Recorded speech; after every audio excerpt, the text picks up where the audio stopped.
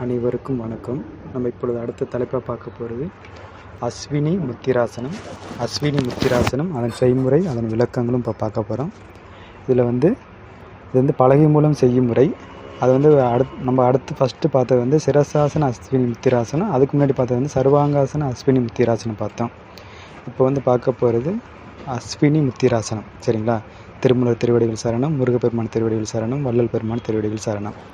எப்படி அஸ்வினி முத்திராசனம் சிரசாசன நிலையிலோ சர்வாங்காசன நிலையிலோ செய்யலாம்.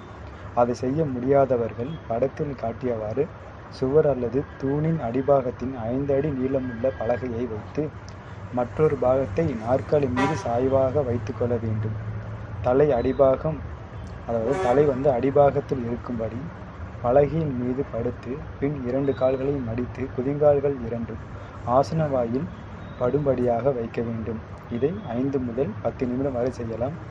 மூல நோயை தவிர நீர்க்கடுப்பு, வெள்ளை வெட்டை, விரைவீக்கம், அதாவது பாரிச வாயு போன்ற மூல சம்பந்தமான எல்லாவித நோய்களையும் தீர்க்கும் சக்தி இதற்கு உண்டு. இதுதான் அஸ்வினி முத்திராசனம். இதை நீங்கள் வீட்டில் பயிற்சி செய்து அதற்கான பலன்கள் நீங்கள் பெறுவீராக. இத்துடன் இந்த தலைப்பு முடிவடைகிறது. இன்னும் அடுத்த தலைப்பில் சந்திப்போம். நன்றி, வணக்கம்.